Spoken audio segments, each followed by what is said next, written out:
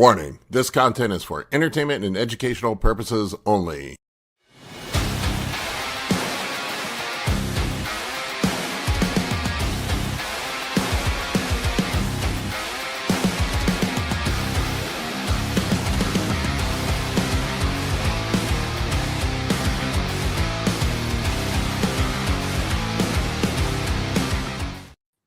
What's up, everybody? Good morning. Good morning. Anything new going on in the world? Oh, I feel half asleep today. I don't know what's my deal. I'm ready to just pass out, and this chair's getting a little too comfortable. Intravenous caffeine. Yeah. Well, Jackie's got a show this week. That's a big deal. Yeah. She's so it'd be Friday. Would have been a week out because the girls' figure will be New York Pro on Friday. So she's already started peak week. She's excited. All the work's done now. It's just that touch-up work, keeping your head on straight, keeping your. She looks fantastic. She looks ready to me. Grab the ring. Yep. She looks like someone who could potentially win her pro debut. Am I mistaken in what I'm seeing in pictures, or you think she's really that good? You see her in person.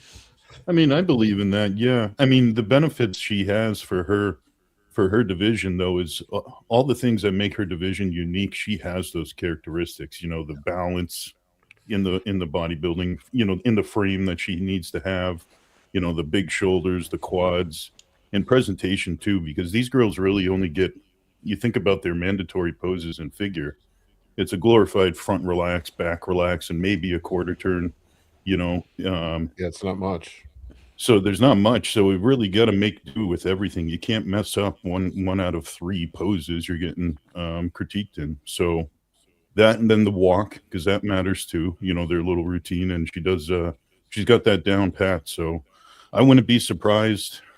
First call out, I wouldn't be surprised at the top of the pack. But you know how it is. It depends on who shows up. There's a lot of great talent in that division. Mm-hmm. She looks absolutely incredible. I'm super proud of her. Yeah, good conditioning. Conditioning. Let's go, Veins. Yeah, I wanted you guys to see my shirt. Legs. Oh, I saw. I love those. Yeah. I saw an advertisement for that shirt. It popped up on my Instagram. One of my friends on Instagram had shared it one day, and her DMs got blown up asking for the link, so she posted the link. I immediately bought it. Nobody do those steroids. Well done. Legs, glutes, biceps, quads. That's pretty clever. Yeah. Dave, Jackie's cookies are going to get there tomorrow. They're arriving early. Awesome. Awesome. Will you throw them in the freezer when they get there? Just throw the whole box in the freezer until you get there. I will. Amy, can I have some cookies for my post show? Absolutely. You just got to tell me what you want. But if I do a show, I get cookies? Take some time to imagine that, Tanya, because she's pretty capable. Yeah. This is funny. By then he figured out how to make his comments fancy. I like turtle. Oh, how's your shoulder feeling? Sore as fuck. I sprained my AC joint. Now, how did you do that? You said you were bending over a piece of equipment? I just leaned over the leg curl machine, and I guess I had too much weight on my shoulder in a weird angle, and I felt a pop in my shoulder. I guess it dislocated. And then the sharp pain, I thought I retore my supraspinatus. That was my initial reaction, but I went to the thankfully I got an appointment with the orthopedic the next day, and I got in there, and they said it was nothing serious. They said I didn't damage anything from the surgery. It was just an AC joint. They said no overhead pressing or no overhead movements for a few weeks, 2 to 4 weeks, something like that. Wow. I can train. I did chest on Friday. I didn't go as heavy as I normally do, and it was pretty angry at me yesterday.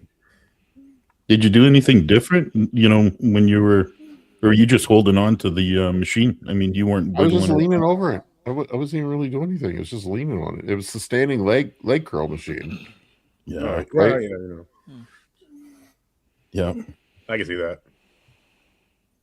Wasn't like, it was just a warm up set too. It wasn't even like any significant amount of weight or anything. Like how I think it's just because I was leaned so far forward and the angle that I had, Bracing.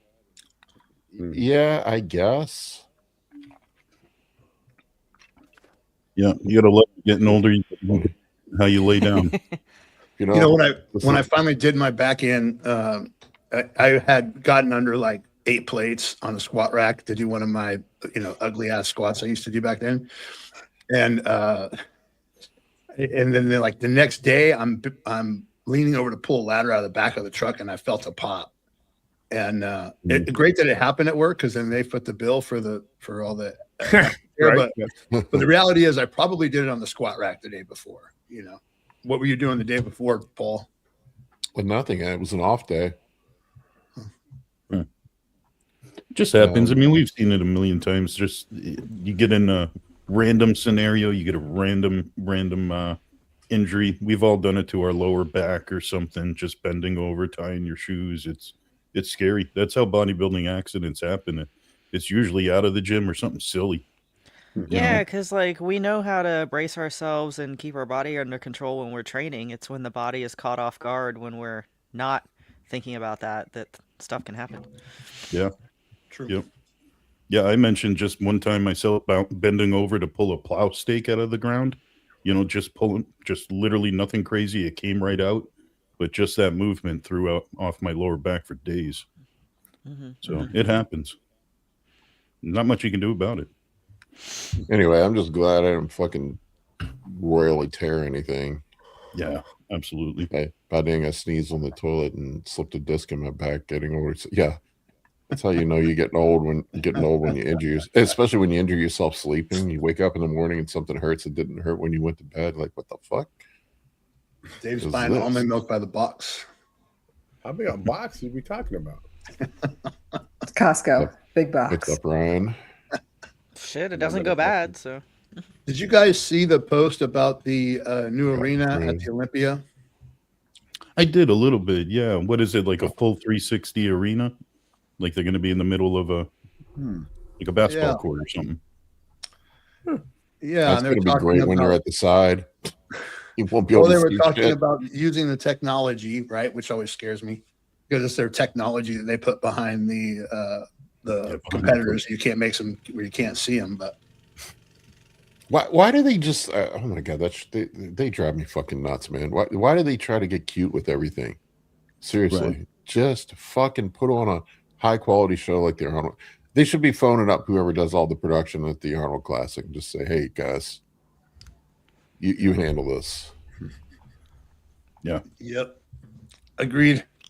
It's funny though, because you see the comments on that Instagram post, and everybody says the same shit we talk about all the time. Like, how about a black background? And how about you don't have moving images behind the competitors? And long list of things they'd love to see changed about that. Well, my question is, if it's a 360, how do they do the lighting on the stage effectively? Because you have to have front lighting to get these guys looking correct, and you're going to see, like, when they're turned around from the back, you're going to see all the dudes with their fucking guts hanging out and shit.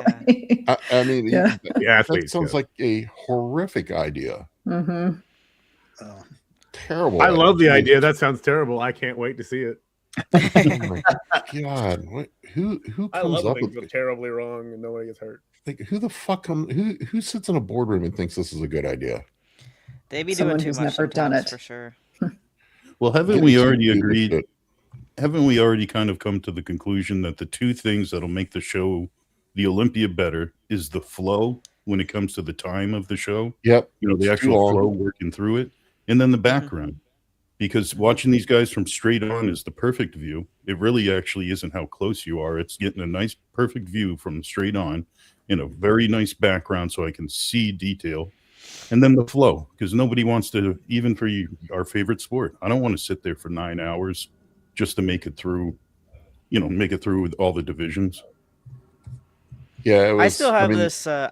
I still have this fantasy idea that's probably never going to happen, but I would love if bodybuilding shows were more of like an art show type of lighting. Yeah. You can do your own.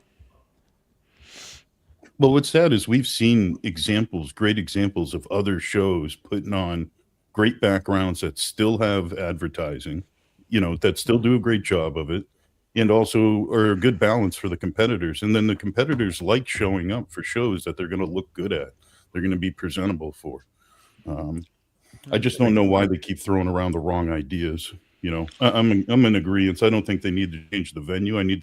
They have to change kind of the flow of the show in the background. Just start simply there, advertise all you want around it, in between people being on stage, turn the background into a advertising billboard. I don't care. That's totally fine. There's plenty of time for that. There's like so much. There's just as much time in between classes and in breaks and things as there are competitors on the stage. There's plenty of time to show brands. Totally I agree. also never I couldn't tell you who the fuck the sponsors were of the Olympia when I was there last time. I have no idea. Seriously, like I don't see somebody's logo flash across the background and remember it. I mean, like, yeah, it's just white noise because we're so used to so many brands and everything there. We don't even look at it. We're looking. I'm looking at the competitors. I'm not looking at that shit. I'm like, oh, and yeah, most people who go to shows, don't care about the brands either. They care about the person they're going to the show to see. I think where the brands make the most impact is at the expo. I see them there, right? And I get some of it's branding, just name recognition. I mean, just having your name announced and people hearing your name over and over, it gives you some, it's subliminal over time, so I understand that perspective from marketing, but you have to really do that a lot for that to be effective. But and you could even just have like all the sponsors above the heads of the competitors in the background. You could, but who the fuck's looking at that? Are you looking I know, at but that? still, I mean, that way it's a compromise. It's like, okay, you get your brands out there the whole time, but they're not impeding what the competitors look like, right? The Arnold has I didn't see any sponsors on the stage at the Arnold. Did you? I don't recall. I don't recall seeing anybody. It was like 2 years ago. They were like on the sides, like around. Yeah, around the arch. Like yep. Yeah, but very mild. It wasn't distracting. Even shows that have not a black backdrop like the Arnold behind the competitors, there's a way of doing it correctly. So it's the colors correct. We've just seen even complaints on just the color, right? Like you get a nice blue background, it looks pretty decent. But if you got orange and the guys that are coming and women that are coming on stage are orange from their tan, it makes zero sense. Yeah, it's just such a no-brainer. 2025 Prague will forever go down in my mind as the worst. The worst combination of everything: red carpet, red background, red lighting. Yeah, but we've seen worse. Like I get what you're saying. Like, yeah, visually it's like this is going to be a nightmare. But some of the guys ended up looking pretty good. It almost gave a little illusion to them looking better. Like I've seen worse when it's, in my opinion, when it's straight orange and like you just can't differentiate between the background and the competitors. Yeah, pink is tough too. Like I've seen that a few times this year. And I mean, that's something I personally have struggled with. My hair color turns out to be the same color as the tan. So like when when I'm getting ready to compete, I actually put like a rinse in my hair to make it a little bit darker, because if not, I look like Cousin It. It's like my hair just blends right into my body, and it takes away that like the shape that that hair can kind of help with in bikini, especially like if you're, in your back pose. Like if you just look like you have, just more body because your hair is the same color, it's not good. And then if you're also blending into the background because it's also orange, like you just blend in everywhere. Yeah, I'll show you this. This is the Arnold Classic this year. But there you go, just a clean stage. There's nothing else up there. I see Mutant. There's Mutant on the right, very small and out of the way. But you're also thinking a lot of these sponsors, they're hoping to get their name pushed around by the giant, beautiful expo that is part of this weekend too. It's not like people are just showing up. The only advertising they're going to see is when they're in the venue, like some shows. This is the Arnold. They have expo is almost kind of just as attracting to some people than the show. Yeah, look, I get that they gotta do something for their sponsors and they gotta pay for the show. But like, I think first and foremost, I mean, the NFL has a ton of sponsors, but the guys, the NFL players aren't there going out looking like NASCAR. Yeah. You know, they work it in their, you know, in their presentation, but like you have to preserve the integrity of the sport. Yeah. Yeah, and it seems like they are kind of getting to where they're prioritizing the marketing and the capitalism side of it over the actual athletes and sport sometimes. Yeah. And then if any of them are listening to me, hopefully they're taking this as constructive criticism.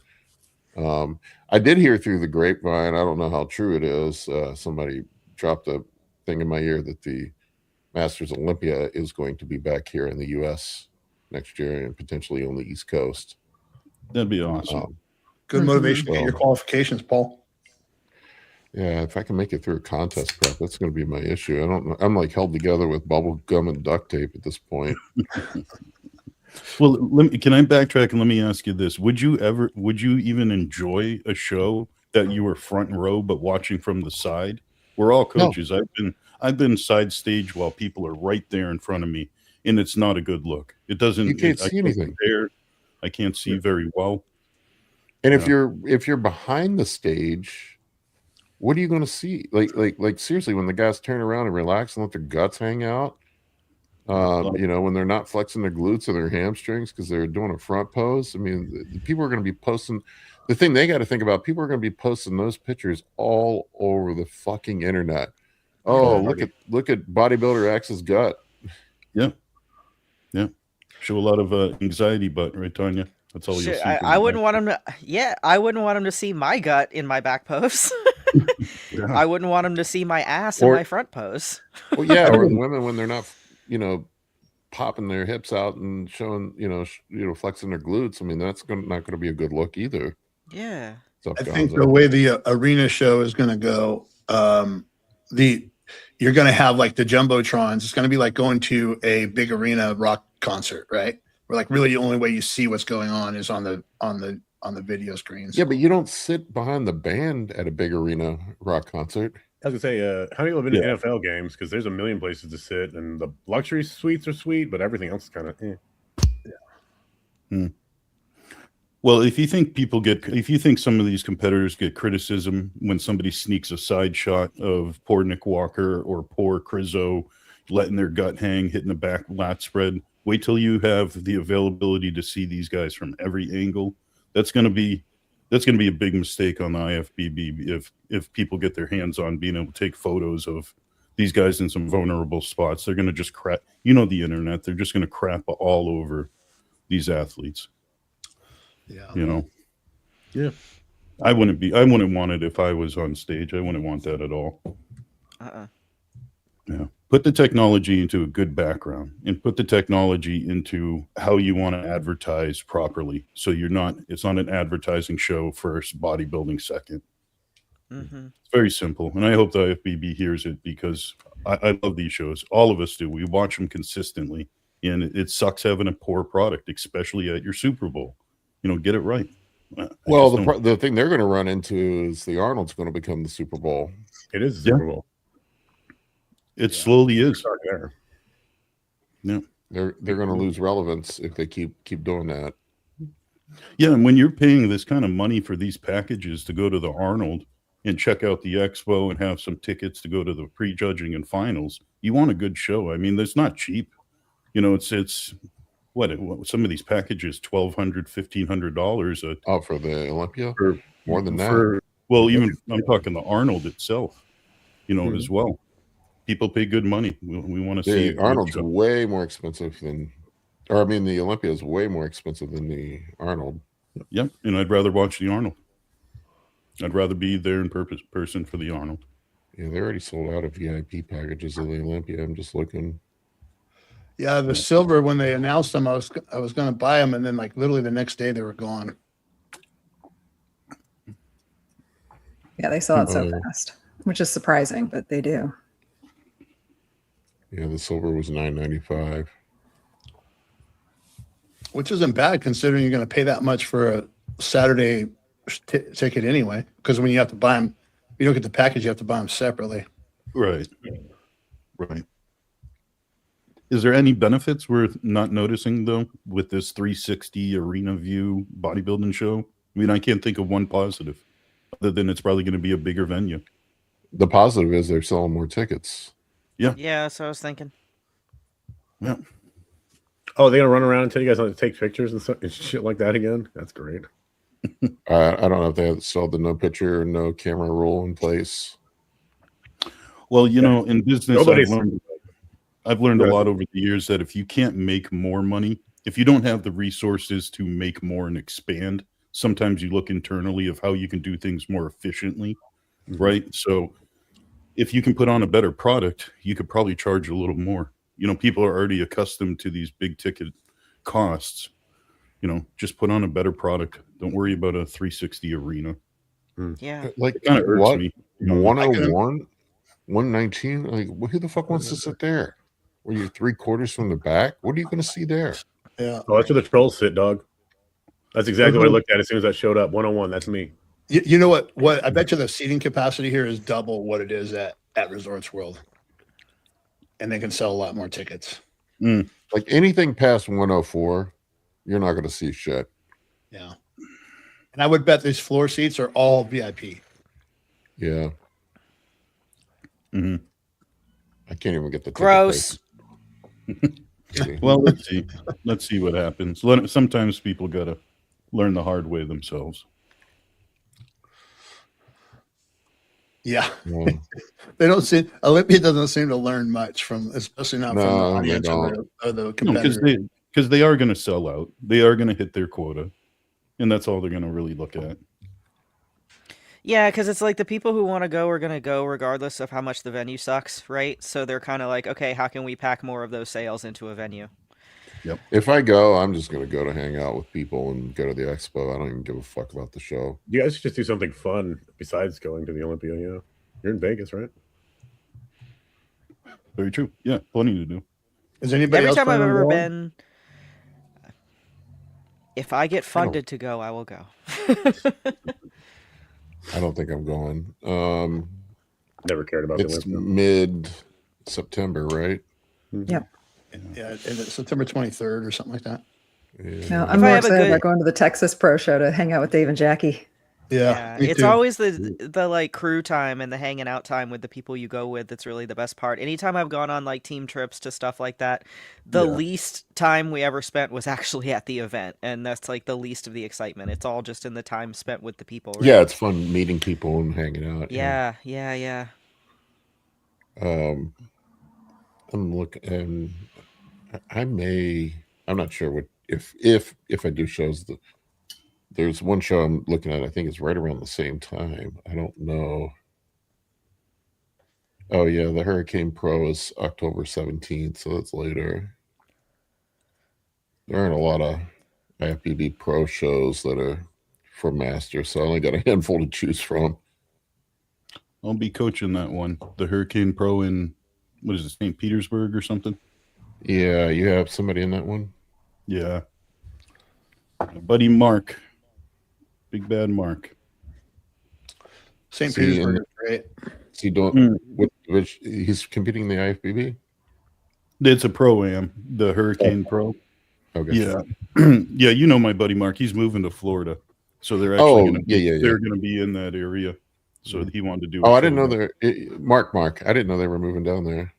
Yeah, you know Mark Arena, the him and Yeah. his wife Wendy. I was Yep. thinking somebody else. Yeah, Yeah. Too bad they're moving away. it's supposed to be a good show. favorite gym buddies. Yeah, they have a Masters Pro there. It's one of the shows that have a Masters Pro. Have any of you been to where Tanya's competing the Tennessee master In the Chattanooga? national juniors, Nat Juniors? Junior Yeah. Nationals. They don't do bodybuilding at that show. It's a weird show. I've Is had that right? clients No compete in bodybuilding? it. No. Well, it didn't used to be. I don't know if that's the case, but it used to be just in men's. It was just classic and men's physique. Mm. Yeah, and they also have like a men's physique pro show that's like separate, and like if you win at the amateur, you can immediately enter that one or something like that. It's a 2-day show. It's men on Friday and all the women on Saturday, which I think is kind of cool. Yeah, let me look at it. There's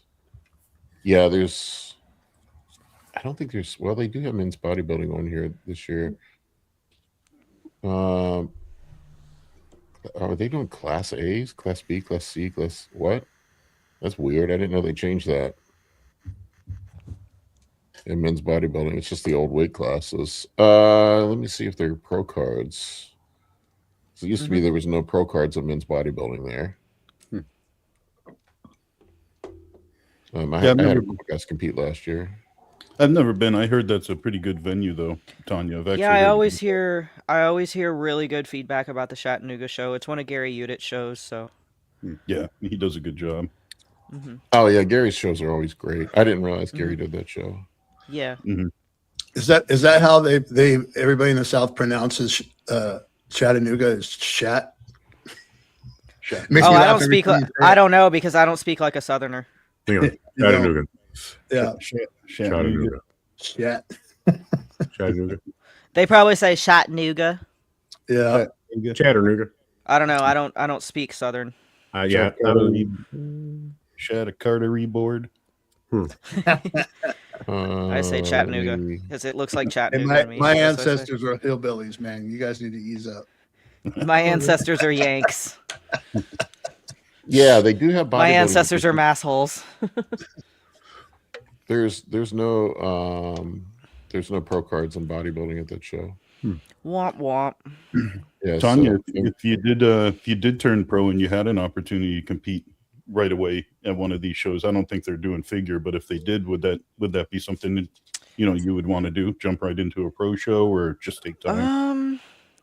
If it was like right fucking away and didn't take away like unnecessary time, it might be a consideration. But if it was right away, but otherwise I would probably want to go right into an off season and start growing for pro. Yeah. I don't even see this figure on here. Oh, how many pounds do you get to add when you become pro as a woman? Like 10 pounds, or is it different? It's not weight classes. Yeah, no weight classes. It's just height classes. Oh yeah, they did 5 pro cards in women's figure at that show. So all the class winners, yeah. Yeah, all the class winners. So you got to win your class. Nice.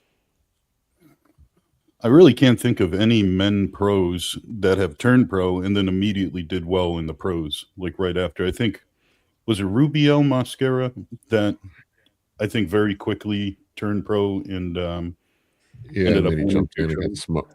Yeah, maybe he did. Justin Shire.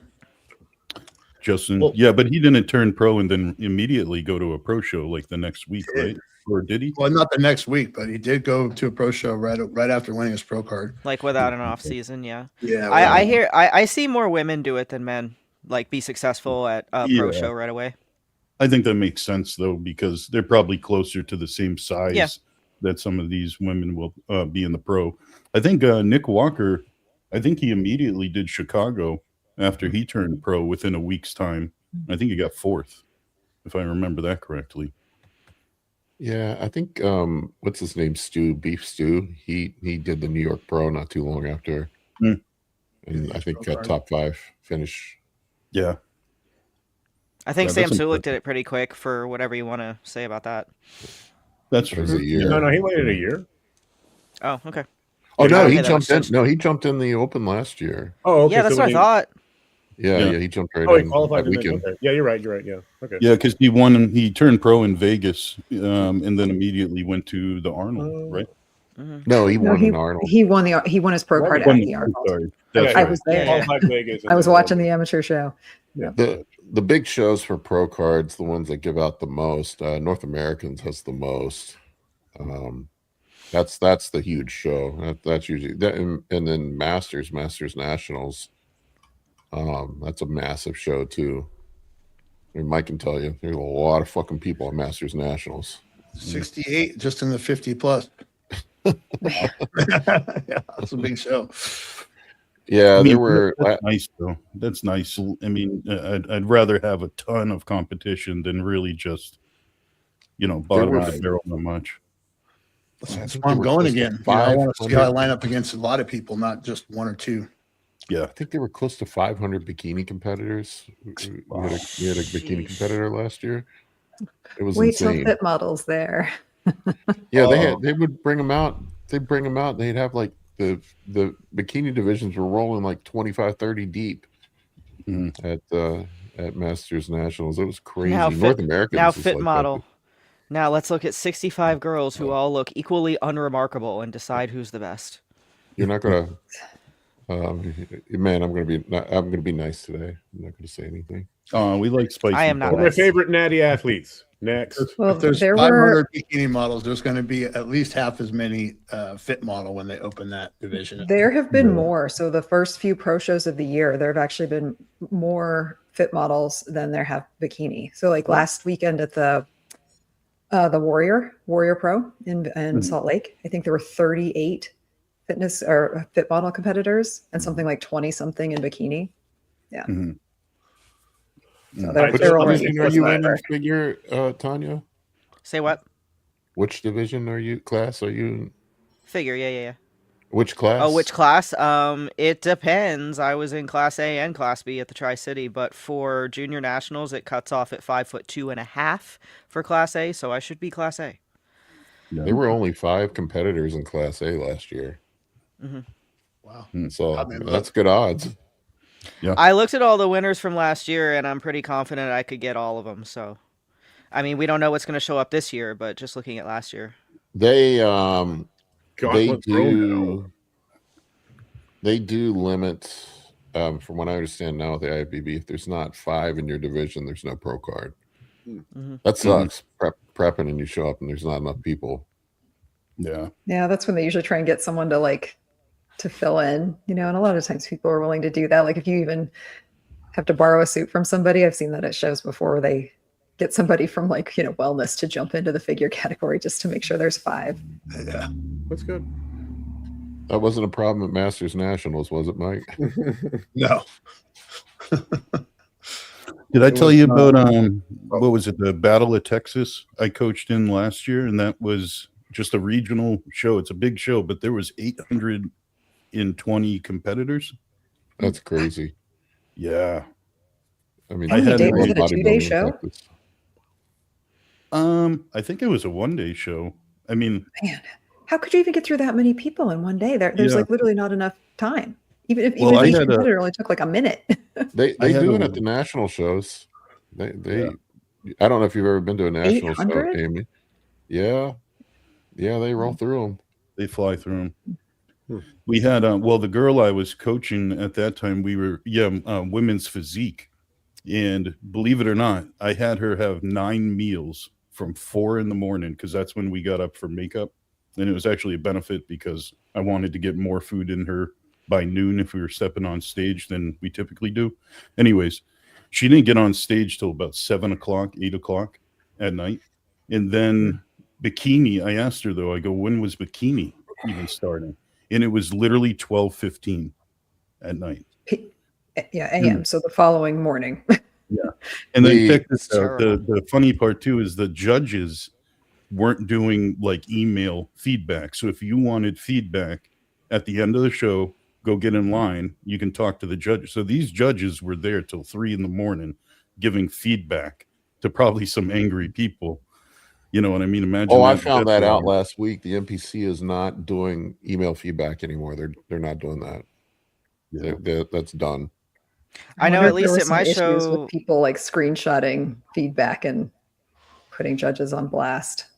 Yeah, they're not doing know it it- anymore. at my show, they did tell us to ask for. We had to stay if we wanted feedback until the end of the show to ask. They said they weren't doing email feedback. Yeah, no, the NPC. I'd much rather get feedback in person, though. Anyway, I mean, even though it can be late and you have to wait a long time, but I just It's at I- least fresh in their memory, Mhm. Feedback I these nuts in your mouth? I don't even fucking. I mean, they say the same thing to everybody. Get bigger, get leaner, come in better condition, be tighter. It's like these generic fucking things they tell everybody. It's like everybody gets the same fucking feedback. Your Yeah. coach should So- know what you need, right? More size.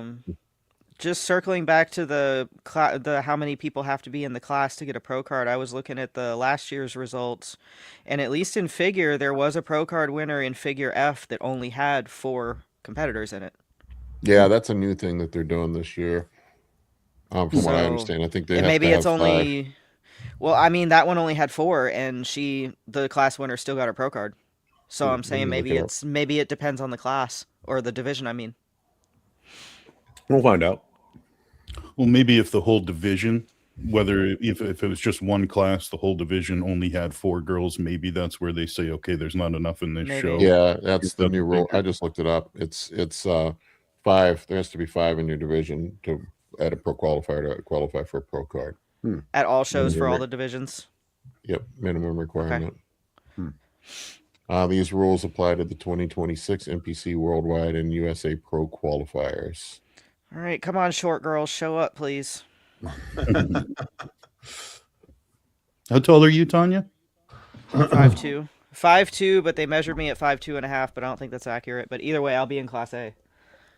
Gotcha. What's the name of the show again? Junior Nationals. What the fuck It's the is that? What do first they call it? national qualifier. We got junior nationals, nationals, Yeah, just NPC Junior Nationals in Chattanooga. Team Universe. There's North Americans, there's Masters Nationals and Masters USA. I think that's it. Yeah. Nice. That is it. You never know who's going to show up at shows, man. Like last year, it was pretty thin in the men's physique division at classic physique. I'm sorry, at Masters Nationals, which surprised me, and there were a shit ton of bodybuilders. You just never know. The reason why I heard they did that 5 rule though, because there was that year COVID, where there were like 3 people that showed up and got pro cards. I mean, that's just less money for your company, though. But I mean, I guess it doesn't really matter when you get to the pro level. It just it works itself out. If you suck, you're not going to be doing well. Probably, if you're getting 15th place at every show, you probably will stop competing. So it kind of sorts itself out. All right, we want to take some questions. We have tons. We have so many questions. All right, let's hit the member questions first. This one from Chad Wallace. Hey, Big Paul, are supplements like boron, dim, etc. worth the expense to even use? Chad is one of my new VIP clients. I'm looking forward to helping Chad. Coaching client. I don't know, man. Like boron and dim, they're one of those things. Like I have like my essential supplements, and then I have the optional ones. They're the ones I would probably put in the low return, high cost category. If it's something you want to run, by all means you can. But like the essential stuff is going to be like a multivitamin, vitamin C, vitamin D with K2, magnesium, shit like that. I think that's going to be your biggest bang for the buck. And I think a lot of the other stuff doesn't make a whole buckload of difference. I went through my cabinet and I was looking earlier this year. I'm like, God damn, I'm taking like 50 pills a day. Why am I taking all this shit? Yeah. And I went through and I thinned out probably 75% of it, and I noticed no difference in my health or blood work or anything. I think your blood work was better this year, right? Well, I've also been on 200 milligrams of testosterone for a year and a half. That might have something to do with it. Oh, yeah, you're right. Yeah, I got my blood work back. It was this week. It was pretty much perfect. I just had a little bit of ALT and AST elevation, but that came down after I dropped the niacin. So it must have been the niacin elevating it. So Josh is slowly starting to convert me into the no niacin. It's bad for you. It's worse for people on statins. Yeah, my ALT was 100, and it came down. I dropped it, retested it 2 weeks later, and it came down. Training you have to do to get to 100 ALT. 2 weeks later, man, it came down to a 52. So yeah. It was definitely the niacin. My cystatin C was in the 20s though, so or not cystatin C, my my GGT. Oh, okay, that's good. Yeah, my cystatin C was in the 90s, 0.9. Yeah, somewhere around there usually. Are you on GH at all or off? I haven't been running GH. Okay, well that's your baseline. It usually goes up when you take HGH, so yeah, it skews it a little bit. Nothing major. But I don't know, Chad. I mean, it depends on what you're trying to do with the boron and the dim. I'd say if you're enhanced, probably don't waste your money. Yeah, if you're taking testosterone, there's other things that would work better on against your testosterone, changing your doses around, things like that. Yeah, I would agree with that. All right, what do we got next? All right. Next one, also member question from BadaBang321. Real question. Will 50 to 150 milligrams of NPP on top of 250 TRT plus help my old man knees? What do you think, Dave? Yeah, it certainly could. Yeah, I certainly could. I think most people, you'd be surprised at just a little bit of nandrolone what can do for your joints. I mean, I've seen people get pretty decent results just on 100 milligrams a week. Yeah, me too. You know, where you can get some good results for the joints and really not take over your TRT. You know, make it very nandrolone heavy, I guess you'd say. But it's different for everyone. Don't be impatient and think like, you know, after 3 or 4 days that you're supposed to feel like a new man in those joints. Give it some time before you start ticking up the dose and see if it works for you. Yeah, that's a pretty good trick for sure. Do you not prefer nandrolone decanate for this particular application? Myself? Yeah, as far as putting water on the joints. Some people have mentioned that the Deca works a little bit better, but I'm kind of just a fan. If we haven't experimented with this before, obviously keeping the shorter acting NPP in there first. Yeah, I prefer it because we're already going to be dosing. Hopefully we can encourage and steer the people into dosing daily, if not every other day. So it just kind of makes sense. Might as well run the NPP. It's going to be applicable. It seems like NPP has less side effects too. Mm-hmm. Yeah, I've noticed. I know Kurt had talked about it before that Deca has a higher peak, so Deca is actually would be more effective. But the problem with Deca, it's such a long ester, man. It's going to take 6-8 weeks for it to peak, and then if you get in trouble on it, you know, another 6-8 weeks to clear. That's my issue with it.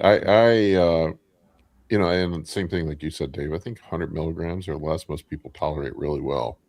Yeah, and you get most of the joint and connective tissue benefits that you're looking for from that moderate dose. When you push up higher than that, that's when you start getting in the spin the wheel for side effects kind of territory. Right, when it becomes a cycle, when you go past that certain level. Yeah, and then you also don't want to have too much of the progestin in play that's going to possibly aggravate if you're on the edge of already kind of having gyno or having, you know, any side effects. Like you don't want to tick up any prolactin, which is kind of rare, you know, but yeah, I'd keep like the only way prolactin goes up on it is if your estrogen's high, and then it has that suppresses dopamine. It's the whole axis. As long as you're controlling estrogen, you shouldn't have prolactin issues. Yeah. Do your guys prefer GH for joints, or like GH? I mean, which one do they go first? Generally, people just throw it in the wind. I like GH first, but some people say that GH make them more achy. It probably makes them aware of their pain as the fluid goes in. Yeah, I prefer GH. GH works quickly. Nandrolone does improve synovial fluid production as well, so that's another benefit of nandrolone outside of the collagen synthesis. So I think the relief that people feel from nandrolone probably has a lot more to do with the synovial fluid increase. Basically, you're just more lubed up. Right. The water retention certainly helps. GH, sometimes I wonder, some of the cheap UGL GHs, a lot of them have mannitol in them, and people actually get more dried out on the GH. And their joints get creaky and achy, so I wonder about that sometimes. So I've only ever used generic GH, and it's given me so much relief from my chronic joint pain from hypermobility. So obviously it is retaining some sort of water in my joints, because that's exactly what my joints need, is more in there. And my joints feel the best they ever have since starting GH. Same for me. I always feel great on GH. You know, but you're going to get the increased collagen synthesis and all the other downstream benefits of it. but sometimes, I wonder too, like with the increased peripheral edema, if that sometimes can't cause joint swelling in some people, and where they may experience more pain. I don't know. I'm just speculating. I mean, that's usually what causes the, peripheral neuropathy and stuff. Yeah, good point. Yep. That's kind of why it makes mine feel better, is because I have the opposite problem of that. So it does the inverse for me. It actually helps. I mean, when I went into the doctor this week for my shoulder, they x-rayed my shoulder, compared it to last year, and they're like, yeah, you basically you're down to your last millimeter of cartilage in your shoulder. There's Yikes. almost nothing left. So talk about, and I think it's worth mentioning, kind of look at some other things too. You might be able to, let's say you have some achy knees or achy joints, elbows, whatever, just get an idea of, does that relate to possibly having too low of estrogen? Like there's some other things you can check before you just insert the next compound. Like I can tell you myself specifically, when I get under 20, 15 of my estrogen on an ultrasensitive, that's when I'm definitely feeling achy and creaky in my joints, kind of regardless of where I'm at for body composition. Just driving that down at any point can kind of make your joints a little achy. And it's different for everyone. I've seen some guys be at 15, 20, not even notice it, feel fine. They think they feel great. So maybe make sure you have a good understanding of when this achiness came about and how that relates to any changes possibly in your E2. It could just be a quick, easy thing to check on your blood work. I've heard some people say they have, I mean, it could be that you have arthritic knees. That's another thing. Like if your cartilage is completely fucking gone in your knees, there's not a whole lot you can do. That's kind of the situation I'm getting in. I know some people that have gotten the gel shots that say that those help. Oh yeah, definitely recommend those to try out before you do a knee replacement. Yeah, my doctor offered to do one for me on my shoulder, although my shoulder feels okay. He said it would last about 6 months. One of my clients take that Humira for arthritis, and it works excellent for them. I don't know if you guys have anyone else that's used the Humira. Wasn't Humira associated with a bunch of like really nasty side effects? Isn't it for autoimmune? Like rheumatoid arthritis. Yeah, I was gonna say it's a different arthritis. Yeah, it'll probably make you feel good. Like prednisone will make you feel good, but and not to start a whole other digression, but consider your training as well. Yeah, that's absolutely. Especially being older. Okay. Mm-hmm. So, Humira is a TNF blocker. Biological response monitor works by suppressing the immune system to reduce inflammation in chronic autoimmune diseases. So it's a immune suppressant. You might feel better for a little while, but you will feel a lot worse very soon. Yeah, I was gonna say, I don't know how long term that would be. Probably not great. Immunosuppressants come with their own set of problems. Yes. Mm-hmm. All right, what do we got up next? All right, next one is from Big Paul's biggest fan. Is it more anabolic to take all your Anavar pre-workout or split it to take it before fasted cardio in the morning and before evening cardio in the evening, which gives better result? I mean, I would think more anabolic would be having a sustained dose throughout the day. I would imagine. I don't know what you guys think, but how small of a dose would you consider that with? Like if you're down to if you're say a female and you're only taking 5 or 10 milligrams, do you still think it's better to split it or just take it all pre? I would just take it all pre. Yeah, that's what I was thinking. For women, if I have the ability to split the dose and keep blood serum concentration a little bit more level, I will. Sometimes with that scenario where with men, like say we're going to run Anadrol for 6 to 8 weeks, you have it in your mind, you're going to do that. I would rather just be pre-workout, get the performance out of it, and not have that, always steady in my bloodstream if I could do that. Well, that's kind of the way I think about it with the lower doses. It's like, what if anything would 2.5 or 5 do for a pre-workout, but maybe 10 is enough to get a significant boost? Would it might be better than to just keep it pre-workout? That's how I thought about it. Sure, I see what you're saying there. I think it's like an 8 to 10 hour half-life from what I recall. So if you really want to sustain levels throughout the day, you'd take it 3 times a day. Mm-hmm. I think I remember looking at the old studies, like from the 60s when they were researching the shit, and I think they were dosing it 3 times a day. Yeah, 2.5s or so. Probably a lot less depending on the studies. Yeah, it was like 5 milligrams, I think. Yeah. So the bodybuilding doses are very different. And it's not taken, the studies aren't taking into consideration, well, what about, the Neural Drive pre-workout and like comparing it to that, Right, yeah. Yeah. I mean, I love Anavar. 50 milligrams pre-workout. Yeah. Yeah, you'll go. Unfortunately, I'll never get to experience that. Sure you could. Well, I could. Paul, I could do you think- experience Trend too if I wanted. I'm just saying, I know a guy with Trend.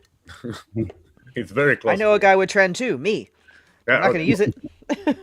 Well, hey, bro, you don't need it, bro. I can make it dry. Paul, do you think that you'd be splitting hairs though of like the dosing protocol of just like the 50 milligrams though, splitting it up? I mean, wouldn't you want to look at it like, is this prep scenario where I'm looking to use Anavar as effectively as possible for my training performance, rather than in off season, maybe you split up the dose thinking you're going to be using this for more hypertrophy? Like, I mean, or does it really matter to a point? I mean, I look at it like you can use them in 2 different ways. I'd be looking at it on prep as a performance booster first and foremost. That's what I use it for on prep, for performance booster. But then the part of me is like, AJ, when I was working with him and what he was doing with people, or what, I'm giving away his secrets here, so I apologize, AJ, if you're listening. But he didn't like orals because of how they affected the gut, especially getting close to contest prep. So he saved them for like the last week or 2. He was having guys run Tesno-ester pre-workout. Honey's a fan of that. Yeah, Tesno-ester, and then you save your gut from getting fucking ripped up. That's always the problem with me with orals at the end of contest prep. They just nuke my stomach, man. I'm looking at the clinical trial stuff on Anavar. It was dosed 2.5 milligrams 4 times per day for a 2-month period. This was for weight gain studies, burn patients, and trauma. Severe burn patients were running 10 milligrams twice a daily, 20 milligrams total. Pediatric dosing was 0.1 milligram per kilogram. For HIV patients, it was dosed 5 to 20 milligrams 3 to 4 times per day. Osteoporosis in women, 2.5 milligrams twice a day.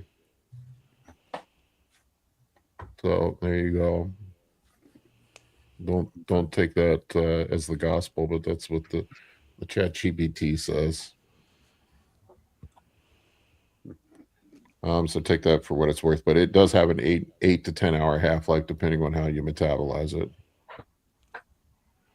Can I ask, what's your thought on rest day orals?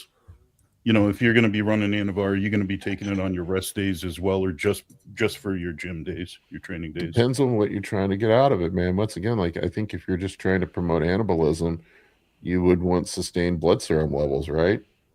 Right. Because I think when you reach peak concentration, that's when you get the best anabolism with any anabolic. I think if you're just looking at for it as an acute performance enhancing effect, then you just take it pre-workout. But I don't know. I think you have to separate the two. Like, what is your long-term goal with it? Are you trying to promote hypertrophy with this, or are you trying to use it to bang out a better workout? Yeah, I don't know. And I don't know. Sometimes maybe on contest prep, maybe it would be better just to take fucking 10 milligrams of Halotest and call it a day. If you need help with your workout, I don't know.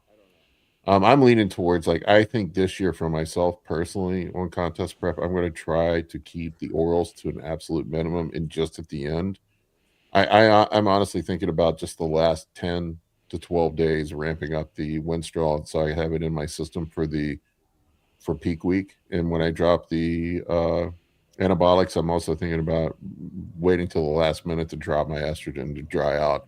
I look at the shows like I really have nothing to lose, so I'm going to try to do it as gently. I'm not going to go crazy with things, and I think if I need a boost for workout, I'm going to go Tesno-ester for that. Mhm. That's my thought process. I just want to kind of be as gentle on my body as I possibly can this year. Halo But I testing would say, is look, a lot better, I think, for like just that neural drive, like getting through a tough workout. that's no Esther.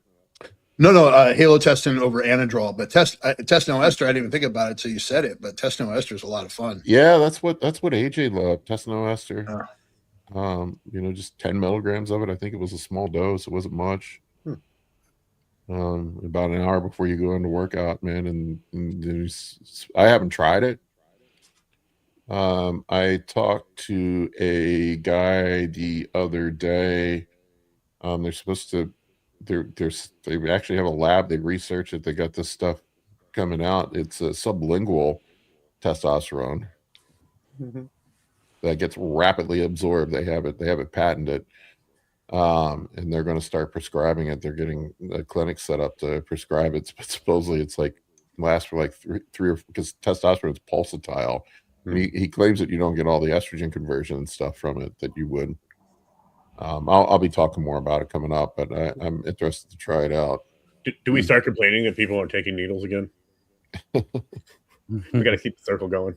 I mean, who wouldn't want a sublingual testosterone? It comes in he said it comes in like a strip like you would get for like a Listerine strip, and you put it under your tongue.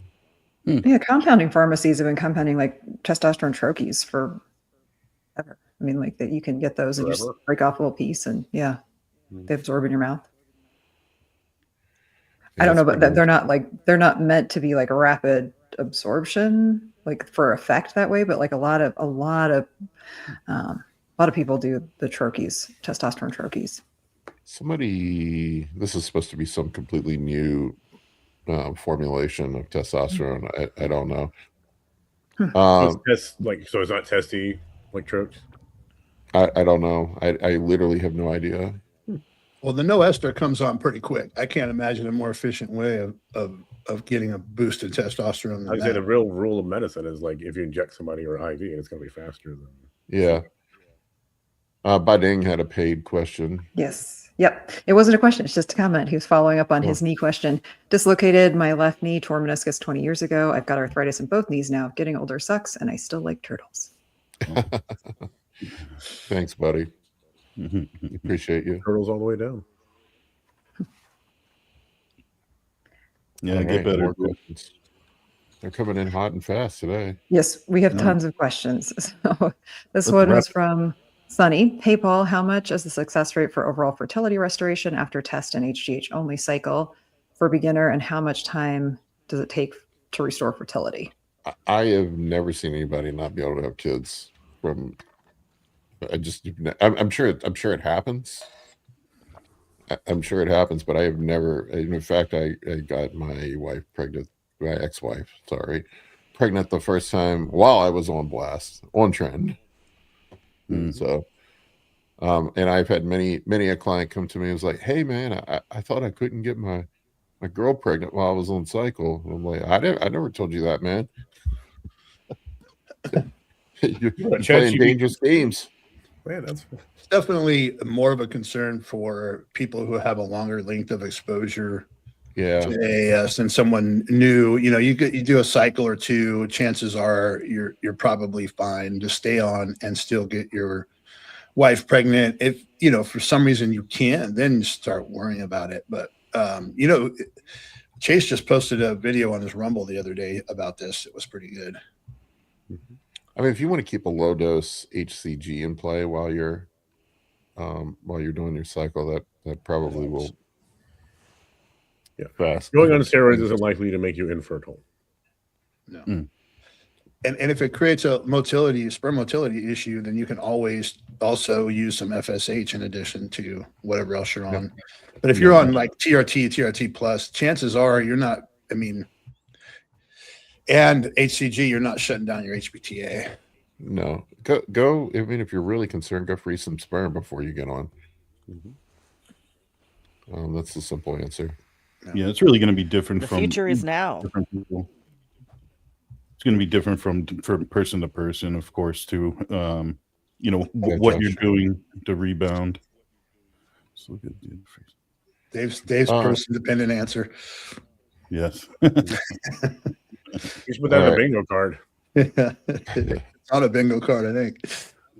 Well, I think it's true. I think you make the biggest point too. Like the biggest point would be if you're gonna have a negative influence effect on your fertility. One of the things that to keep in mind is how long have you been cycling? How long have you been using? Yeah. What age are you going to be coming off to hopefully, you know, be fertile as well? Age plays a factor.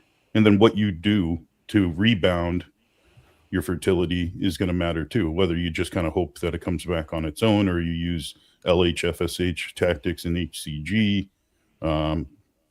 Yeah. Or you could do Justin's protocol, 2 grams of testosterone. You know, I had been on for 5 years straight when my ex-wife got pregnant with my daughter. Mm. I have 4 kids. I've never had a problem getting anybody pregnant. 4 that I know of. That I know of. Yeah. But I do pay attention to a lot of the fertility stuff, and I always watch all of it because there's a close link between fertility and like sexual performance, obviously, right? So, I'm 54 years old and been on anabolic steroids for 18 years. So anything I can do to like sort of preserve sexual function is something that I concern myself with for sure. Yeah. I'm getting ready to try some FSH just because I think it will improve sensitivity, sexual sensitivity. All right, what do we got up next? Tina's getting ready to start some sublingual testosterone, 5 milligrams a day. Tina, let us know how it goes. Yeah, for sure. I'm curious about that. Interesting. Yeah, she mentioned that the other day in a comment section of something we were both on. That's interesting. I'm looking forward to that. Wait. So we could have like atrocious like that have marijuana with like 1,500 milligrams of testosterone in them. All right. Next question is from Josh. Running 350 tests, 200 mass, 200 primo on a cut. May sprinkle in a little trend towards the end. How would running the test and primo after a cut at those dosages sound? I would probably up the dose of the test or lower the primo mass after the cut. Mm-hmm. Usually is what I do. You're going to smash estrogen too much. Yeah. You may want to smash the estrogen while you're cutting, but yeah, I usually up the ratio of testosterone to DHT post-cut. Yeah, you might do pretty good just on that 350 test and the primo, just eliminating the mastron, as well as a potential, and then if you're looking for a little bit more growth after, I'd be looking to push that testosterone up first before worrying about the primo. Be my thought. Yeah, I'm really starting. I'm sorry. Nothing from. Oh no, actually, this just popped up, but he did not ask a question. So if you pop in a question, I will find it. But thank you for from Ray R. Thank Ray you, R. buddy. Ray R. Yeah. Tina says she'll keep us posted. Okay, sorry, Dave. I already forgot what I was going to say. No problem. Wasn't that? Okay. Well, the next one's from Spencer. Does cruise time start when long compounds like EQ are fully cleared from your system, or do you count cruise time as the day after you stop injecting a given compound? That's a good question. The end of cruise time is what's more important to decide on. It depends on which bro you ask. I always laughed when Jay Cutler, all the respect to Jay, I love Jay, said that he would come completely off for 6 to 8 weeks every year, but he was always running EQ. I'm like, well, you were never off then, man. Yeah, he said that later. Like he said in a recent show. I was like, yeah, I know. So clearly I was never off. Yeah. I just and he's not one of these guys who's on dialysis. Yeah. No, that's what I laugh. I get all these guys like, well, all the old guys took EQ and none of them had any problems with the kidney. I'm like, oh, really? I know I can name like fucking 10 of them that are on dialysis right now. That you know of. Yeah, I was gonna say you can usually spot them. I've always looked at it like when cruise time starts when you stop injecting that compound and you move over to, let's say, a TRT dosage, because that's also the beginning of when you're going to start making some changes, let's say for a health phase or a holding phase. That's when you're going to start implementing, also chasing down any negative things on your blood work. You'll start right then, and just allow time to play out for that EQ to clear. But that's when you're going to make diet changes or kind of maybe some changes to get yourself in a healthier spot during your cruise phase. This is what I do with EQ with people. I have them drop the EQ 30 days before I lower everything else. So that way the EQ kind of they time up together. The issue I run into is when you drop your EQ and your testosterone at the same time. What I've noticed is that you end up with smashed estrogen because you end up in an environment where the test comes down quicker than the EQ.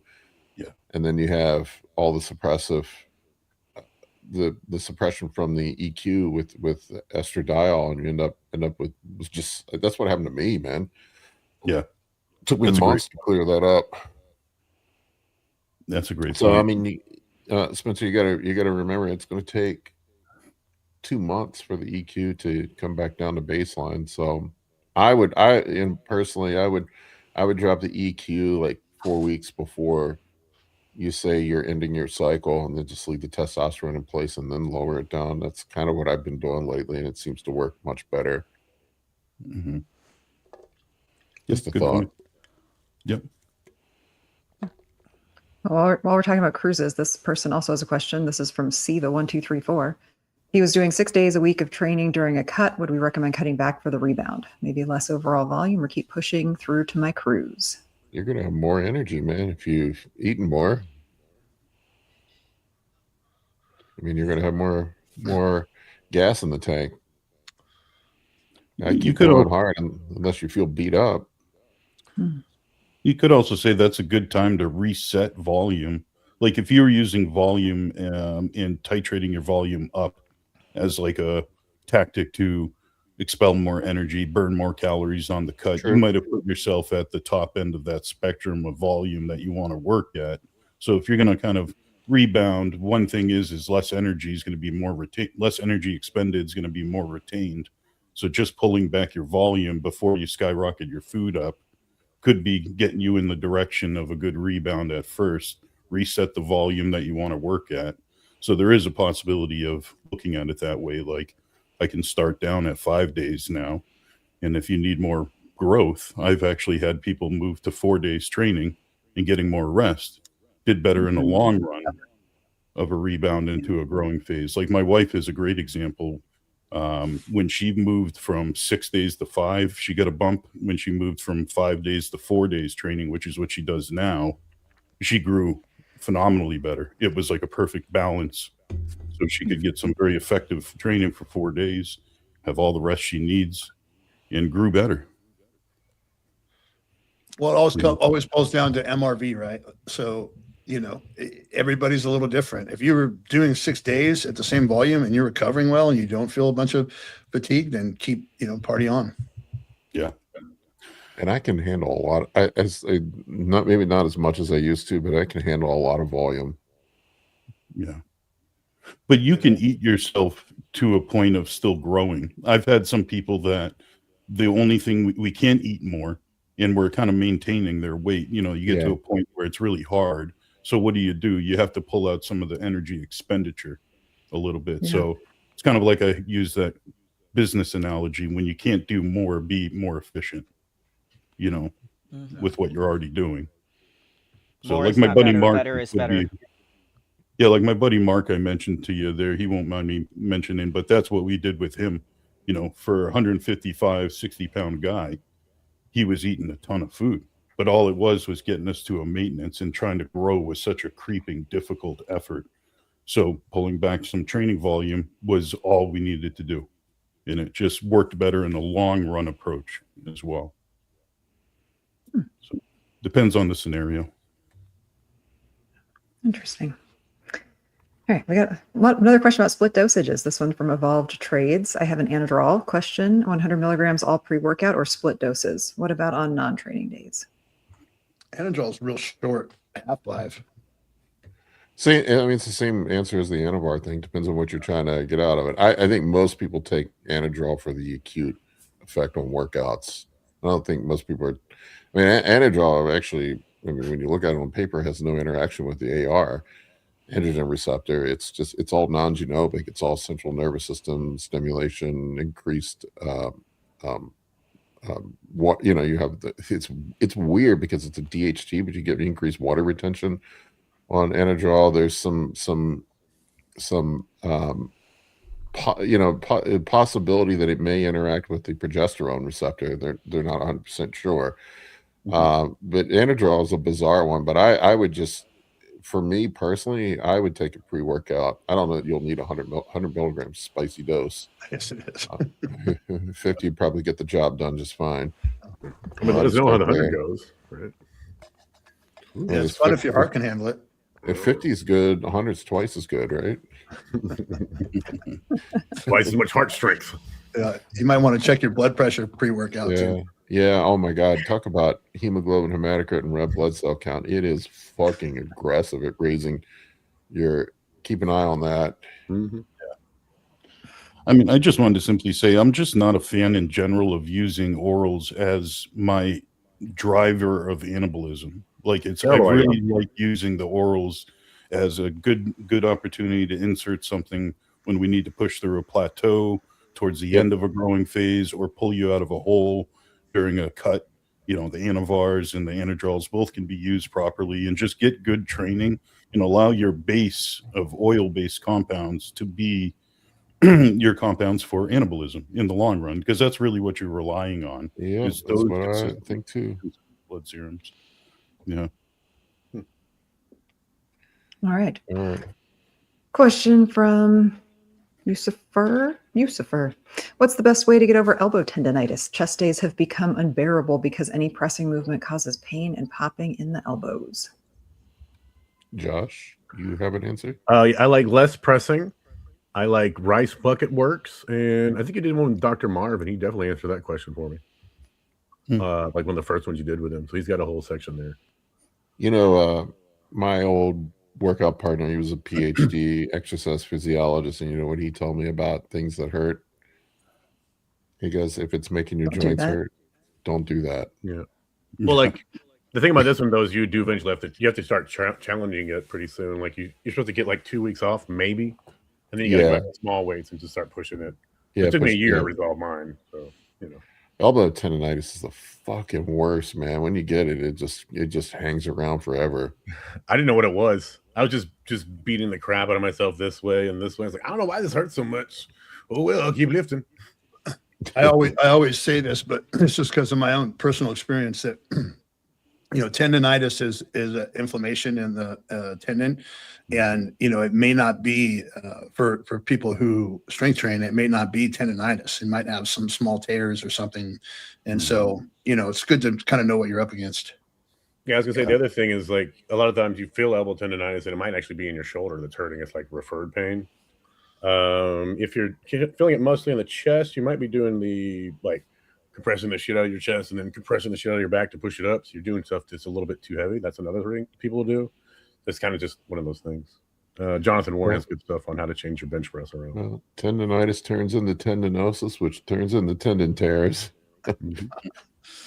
So, Tanya and I talked about the other day about shoulder pain and tendonitis in joints, and she made a good point about how you extend on the eccentric on kind of shoulder issues, but you could also look at it, I'd imagine, the same way in the elbow. Like say you're doing a press, you don't have to bottom out your elbows all the way back. Once you lose the chest engagement, you're pretty much done on the eccentric part right there of loading the muscle. Any bit further might just put some strain into the elbow, I could imagine as well. I mean, and usually you can catch that by recording yourself and seeing where your shoulders start to round forward. You should stop before that point. Most people have a point where the shoulders start to round forward a little bit. They come up. That's when you're pressing too far. Regardless of full range of motion, that's full range of motion for you. Yeah, Dr. Marv hit on that really good one time about, exactly that. Audit your own lift. And if you see that cue, it's almost every time you've gone too far when you see the rolling of shoulders. That's a great point. With the elbow audit your tendonitis, training volume too. Audit your training volume too, because if you're doing a bunch of pressing work and you're doing a bunch of like tricep work and isolation work that involves your elbow, you might have way too much volume there for that spot. Sure. With tennis, well, it depends on what the with tight. I mean, if it's golfer's elbow or tennis elbow, but most often I see tennis elbow with bodybuilders, and it's from supination is like a big contributor to tennis elbow. And then not only supination, but gripping the bar with a fucking death grip. You get guys, a lot of guys, yeah, use straps. A lot of guys doing underhanded pull downs, and they don't realize it hurts on other things, but it's really the underhanded pull downs getting you. Sometimes doing barbell curls where you're supinated too much, and guys end up with. But a lot of times it's just from squeezing the bar too hard. Yeah, a lot of the times elbow tendonitis is more from pulling stuff than pressing stuff. I know that anytime I've gotten elbow tendonitis, which I do on and off, it's because I have a shit ton of back volume, not pressing volume. Yeah, it's usually from pulling. I mean, you think about it with tennis, like guys get it from a fucking holding a tennis racket. What does a tennis racket weigh? A pound, 2 pounds? And that doesn't necessarily mean that it's going to hurt the most when you're doing whatever caused it. It could be showing up the most in your pressing, but that might not necessarily be what's causing it. And the other thing is, what's your daily life? Like I have elbow tendonitis while I carry babies around. So yeah. Yeah, that's a good point. Yeah, Stop masturbating. Never. What's the next question we got? Next one, it's like a 12-parter, but I'm going to try to summarize it here. So it is from like there's so many. There's so many. Yeah, I have like 5 things. Okay, so this is from YouTube Browse Upload. YouTube Browse Upload. Yeah. Introducing GH back after over dieting. How would you get back to 8 to 10 IU?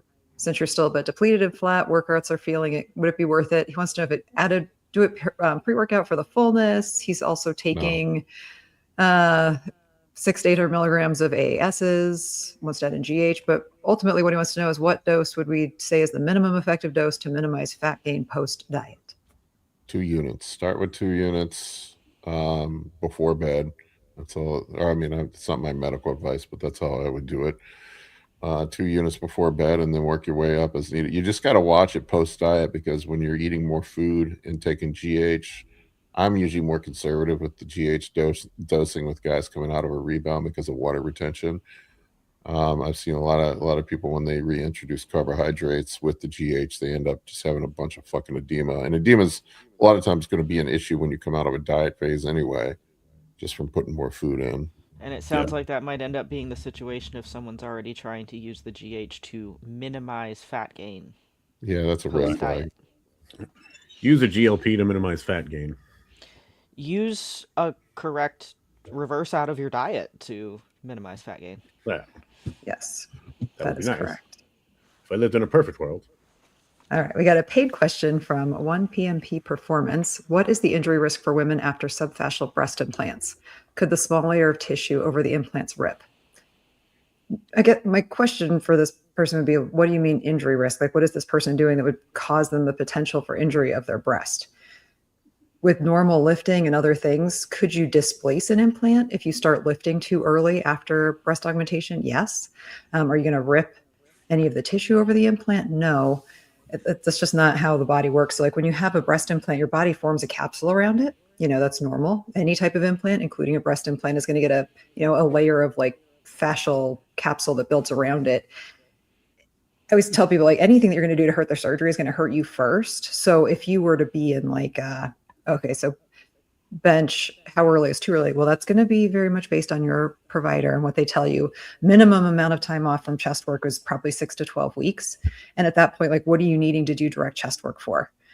If you're getting breast implants, are you doing a sport that you're needing to show your chest striations? So like for us, if we have a physique or bodybuilding competitor, even a figure competitor who might need to show some chest definition, we're probably going to do a different type of implant than we would if someone is like a bikini competitor or a fit model competitor who doesn't need to work their chest. Like, you're not trying to show your chest. So if heavy bench pressing is important to you, I would say only get a above the muscle breast implant and wait until it's fully healed before you go back to any type of chest work.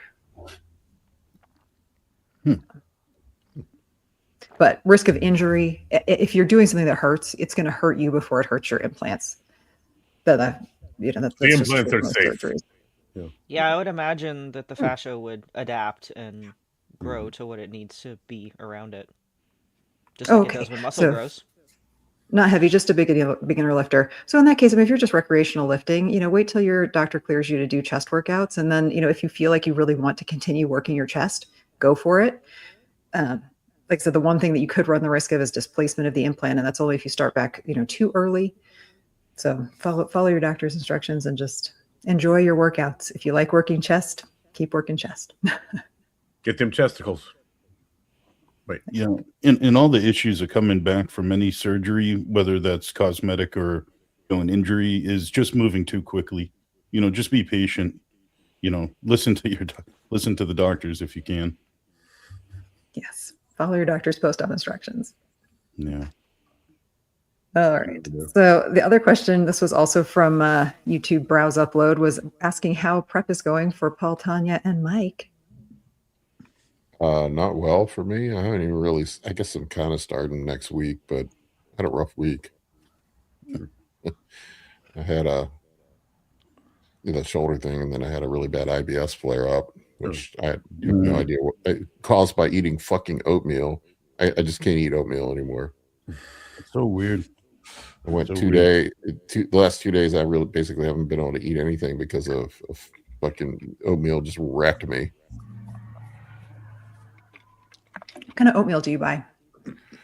Usually if I get whole oats, I'm totally fucked. I got the quick oats. Those usually What brand? Quaker. Yeah, I would Have you tried Quaker. grinding it into flour? I don't know. I just tolerate rice well. I think I'm just going to stick to rice and potato based carbs for now. Yeah. It's like fiber. Fiber in general just fucks me up. I can't even eat any raw vegetables at all. That doesn't sound so bad. That's how I was when I had stomach organic? acid. Depends. Yeah. I mean, if you're going to go for oats, I highly recommend the 1 Degree sprouted oats. They are certified gluten-free. The issue with the Quaker oats is a couple of things, especially the quick oats. Like, they are highly processed, but also they're going to have glyphosate and a lot of cross-contamination with other gluten-containing products. So if you want to do oats, I would do the 1 Degree. Good point. Mike, Tanya, how's prep going? Oh, my prep's great so far. I just kind of, this is the first week I'm really hitting a stride. So getting the estrogen under control, and actually posted a posing video today on Instagram because first one I felt dry enough where I'll let other people see me. So yeah, just kind of hitting the stride with the diet and everything else right now. So yeah, your back looks bigger, Mike. Your back looks so like too, come yeah. along. Mike and I did a video check-in this week. If you want to follow along on Mike's channel, My Corner Muscle Project, right? Yep. Yeah, and I do weekly prep updates. I only do them every so often with Paul, but I'll do my own weekly prep updates with pictures and videos and everything. Tanya? I am just inside 7 weeks out, and I'm for 2 weeks now, I've been at a ratio of 4 low days to 3 high days, so we're moving pretty well. We're kind of like slowing it down just a little bit because it looks like I'm going to be ready pretty early, which is not a bad thing, so pretty excited. And I got a new low yesterday of 115.8. For reference, I was on stage at 122 at the Tri-City, so getting significantly leaner for sure. Room for Anadrol, right? No, but Anavar in a few weeks. Oh, okay. Primo does come in 6 days, so 1 week left of half natty stage lean training for me. I meant to ask you, when you were doing Primo Ace, were you injecting that shit? Yes, it was the only one that was available. Gotcha. Okay. When you told me your numbers are terrible, I was like, well, yeah, that makes sense. Yeah. It was awful. Yeah. Okay. Never again. Chad, you can get the 1 Degree oats. Some Costco's carry them, and when they're at Costco, you can get them for an amazing deal. But I usually get mine from VitaCost online. 1 Degree oats, is that what it is? Yep. Yeah, 1 Degree. They're sprouted oats. They're just, I mean, if for anyone who has difficulty digesting oats, try these. And if you still have issues, well, then you've just got issues. Because if you can't digest these oats, then you definitely have just some resistance to Yeah, Costco the has them. fiber and the starch. Yeah. What's Yeah, that when you get them at called? Costco, Target with? They're a much better deal. Yeah. Amy, I have a weird, just random question related to what would be a reason that someone would have an intolerance to just specifically sweet potatoes as like a daily consistent carb source? It's not a nightshade thing. It's just sweet potatoes. And I mean like pitting edema and a lot of distension. Wow. Any sweet potato or just yams? Just sweet, like straight up sweet potato. Like, because So, I went like a purple sweet few potato, months. white sweet potato, like Just your common sweet potato, yeah. Like I went a few months with like that as my main carb source for a few months, and that's what I was experiencing. When I pulled them out and switched to fruit or whatever I was having before, immediately went away. But I can have like I can have like sweet potato fries a couple of days a week. That doesn't bother me. But it's if I have it consistently, that happens. Were you Just sweet hyperkalemic? potatoes. No, I monitor my electrolytes and balance them with my food choices and stuff. I'm on top of Yeah, that. see, they got a lot of potassium in them. There's definitely an Were you Irish eat- joke in here somewhere. were you eating the sweet potatoes like fresh, like cook them and eat them, or would you cook them and then like reheat them later? I was using a lot of frozen ones, so I was like Okay. cooking them up from frozen. Yeah, I mean, my initial thought is if you were doing that, if they were like kind of, so that is kind of like almost cooked and then reheated, that increases the resistant starch in them. So it could just be that you were just not able to get, to digest all that resistant starch. Whereas like a Okay. sweet potato fry is kind of like flash cooked and eaten immediately. So that buildup of resistant starch is not as high. But I'm kind of Right. with Paul, like it could be a potassium issue, but just in general, like that amount of resistant starch, like some people really do struggle with sweet potato. Like they just Yeah, I do. think that would Some be the people main struggle with white difference there. potato too. I think that would be the main difference there, as opposed to it being a potassium thing, because in the place of that, I would normally have that amount of fruit, which has a lot of potassium also, but has obviously not as much resistant starch. Yeah. That'd be my thought would just be the resistant starch issue initially. And It then was if that sad didn't because I fix like it, sweet then- potatoes. Yeah. I went through Sometimes the food we like does not like us back. I went through a period of eating sweet potatoes every day like that, Tanya, and I did it for a long time without any problems. And then all of a sudden it was a problem. And now it's It like, I'm did, fine if I eat they them every fucked once me in a up. while. Yeah. I can't do them now. It was so weird. It was like by the end of the night, it was like seriously looked like I had 5 to 8 extra pounds of fat on me with the amount That's of edema. wild. Yes. No. You're like, who got me pregnant? Tina said they have natural sugar alcohols that might bother some Yeah, people. they do. Yeah, I think You know, sugar alcohols never bother me though, at all. Yeah. I mean, sometimes it's until they do, like sometimes it's just like getting that the concentration high enough for some people. Yeah, That yeah. could, I mean, yeah. We got a couple of paid questions. And then we'll This wrap up one after from- these. No more Okay, paid so we're questions, on- guys. After these, Save your paid questions for next week. We're Hey, playing the panel, Steve 20 trick now. We have to cut off paid questions. 28-year-old hybrid athlete on a cut, new to anabolics. My resting heart rate jumped from 50 to 60 to 90. Protocol is 300 tests, 300 primo, 5 GH, pre-bed. Also bumped retatrutide from 4 to 9. Well, there you go. There's Ding, the ding, problem. ding. Ding, ding, ding. Loretta. That's a pretty There's heavy dose of Retta. Mm-hmm. it's the That's it. retatrutide, my dude. Retta or the fluid. It's definitely the Retta. I couldn't take Retta. I had the same issue. My resting heart rate went from a 60 up to about a 90 on Retta. Just on a Yeah, I couple would not be milligrams. able to sleep with that. That's one reason I don't ever want to touch it. That's why I've never gone above What's your 2 blood pressure? milligrams, is because those kind of crazy doses. He's not tracking his blood pressure. He should be tracking his blood pressure. Yeah, I mean, Should we definitely check check his the blood blood pressure. pressure? Yeah, that's I don't know why you'd be running 9 milligrams of Retta. That's a lot, man. I'd back that dose back down, or actually, we can't say the R word. We got to be careful. But yeah. Voldemort. Retarditide. Voldemort. There you go. That's a double whammy. Well, Yeah, okay, Josh used really high doses like that because he was trying to treat some fatty liver, right? What was your No, I was experience? morbidly obese. I was 150 pounds overweight. Well, I'm still 50 pounds overweight, but Yeah. But you were up to 12 IU at one 15. point? 12 milligrams? 15. Oh. Well, they come in 15 bottles. I mean, it's $20. Why not? Yeah, it's 100% the Retta. I guarantee you, if you bring the Retta dose back down, it'll go away. Now, keep in mind, it's got a 5-day half-life, 5 to 7. So it's going to be 25 to 30 days for it to clear. Yeah. All right, we're going to get one more in. Yes, paid the question. other paid question is from Total Science. Everyone's thoughts on donating double reds mid off season. I felt great after when I'm in a cut. Terrible idea. I mean, if you have really high red blood cells, I could see an argument, but that's going to be probably a high risk of making you anemic. I would say. I just do regular blood donations 3 times a year, usually for me, once every 4 months, just to clear out a little bit. But that's Never done. If I They have won't problem with HGV, Yeah. I just up my iron intake. That's it.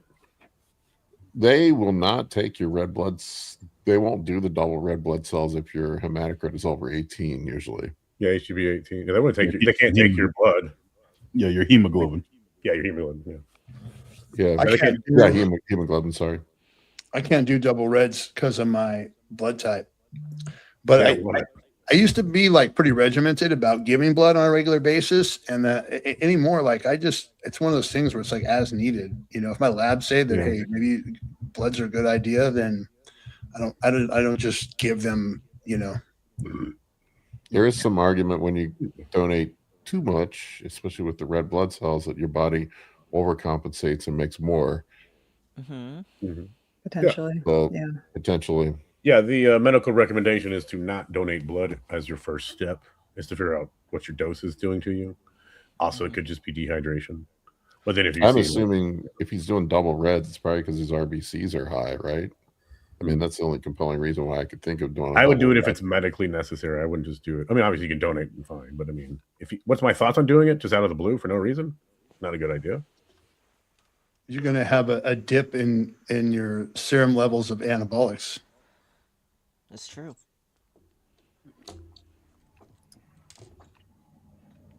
All right, I think that's it, right? We had lots of other questions this week too. People had great questions, but ask them again next week. Put them in the comments section. People love to ask questions. All right, folks, we love each and every one of you. We'll see you on the next